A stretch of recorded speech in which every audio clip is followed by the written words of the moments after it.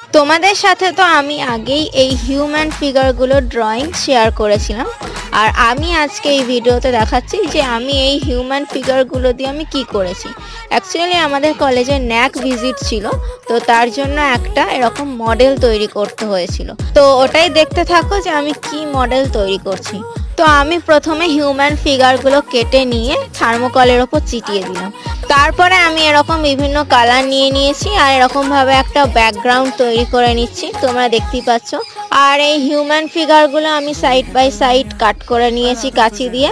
তো তোমাদের এই হিউম্যান ফিগারগুলোর মধ্যে কোনটা ভাল লাগছে সব থেকে সেটা কমেন্টে জানিও কিন্তু। তারপরে আমি রং বেরঙের যে ব্যাকগ্রাউন্ডগুলো করেছিলাম তার ওপর আমি কিছু লেখা লিখে নিচ্ছি আর স্কেচ পেন দিয়ে আমি মার্জিন টেনে নিচ্ছি। তো আমার লেখালেখি একদম কমপ্লিট হয়ে গেছে, আর এরপরে আমি হিউম্যান ফিগারগুলো আঠা দিয়ে চিটিয়ে দেবো।